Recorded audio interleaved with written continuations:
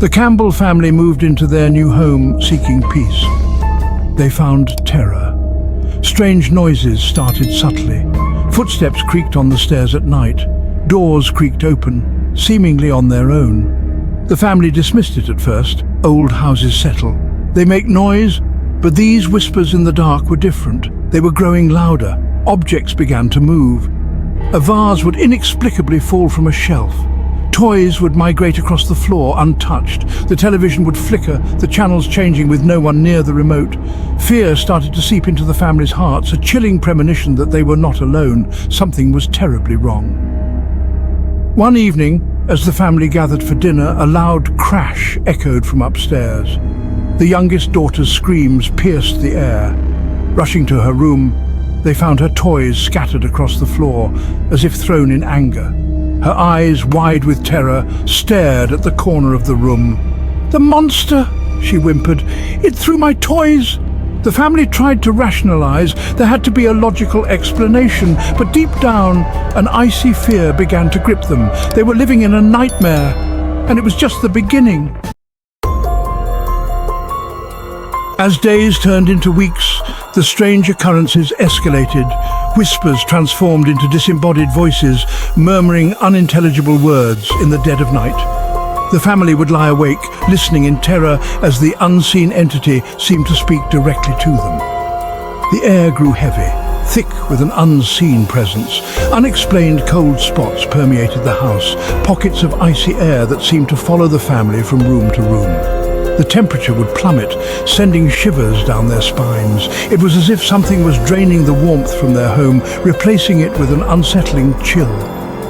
One particularly frigid night, the family huddled together for warmth. The voices seemed to grow stronger, louder, as if fueled by the fear that coursed through the family's veins. A feeling of dread settled upon them, inescapable and suffocating. They were prisoners in their own home, tormented by an unseen force.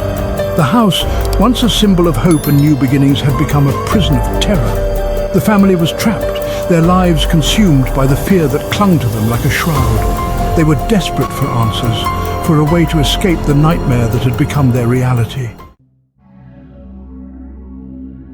The family cat, Midnight, a jet-black creature with piercing yellow eyes, had always been a source of comfort. But as the paranormal activity intensified, Midnight's behavior grew erratic.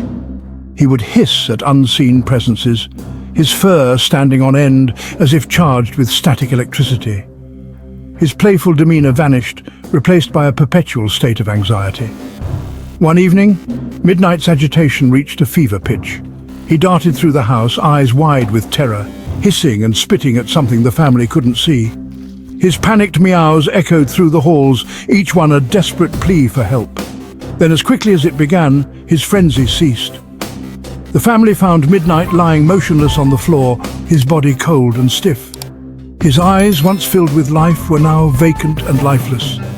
The family was devastated, their grief compounded by the chilling realization that whatever was tormenting them had taken the life of their beloved pet. Midnight's death was a turning point for the Campbell family. It was no longer just strange noises and eerie feelings. Whatever was haunting their home was dangerous, even deadly.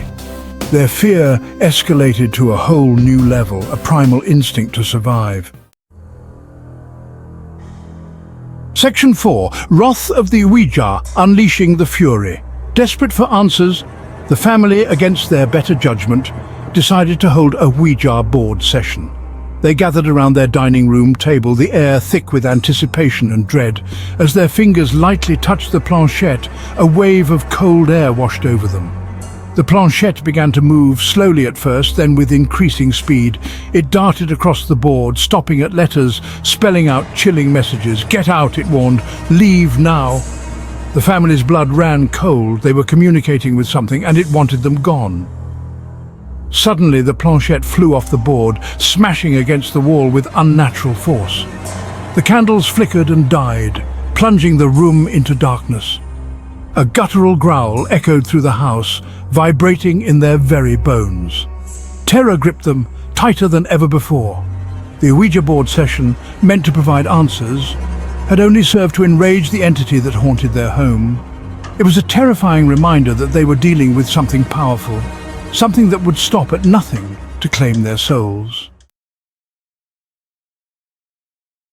Section 5. A glimpse into darkness. The Shadow Man appears. After the violent Ouija board experience, the paranormal activity reached a fever pitch. One night, as the family huddled together in the living room, they heard a blood-curdling scream. Racing upstairs, they found their eldest son cowering in a corner, his eyes wide with terror. "The Shadow Man," he stammered, pointing to a darkened corner of the room. "I saw him. He was watching me." The family froze, their hearts pounding in their chests. They scanned the room, their gazes lingering on the spot where their son had seen the shadowy figure. Though they couldn't see anything in the darkness, they could feel it.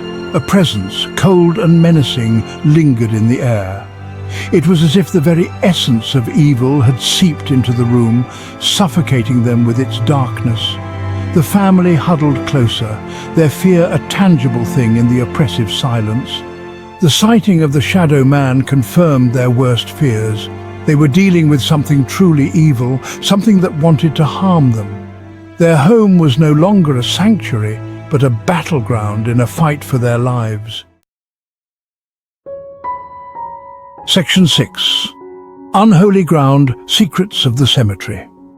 Desperate for answers, the family delved into the history of their home.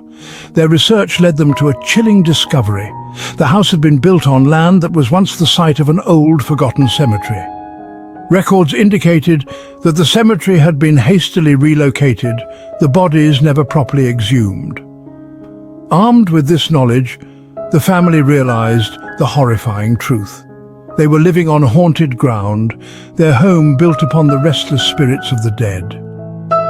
The Shadow Man they had seen, the unseen entity that tormented them, was likely the vengeful spirit of someone whose final resting place had been disturbed.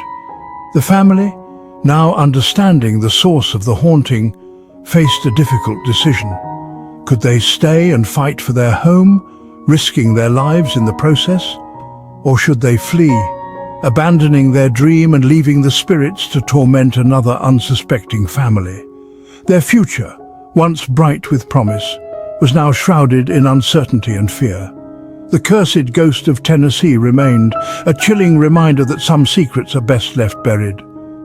The Campbell family's story serves as a warning to those who dare to disturb the dead. For in the realm of the paranormal, respect is paramount, and the consequences of disrespect can be terrifying.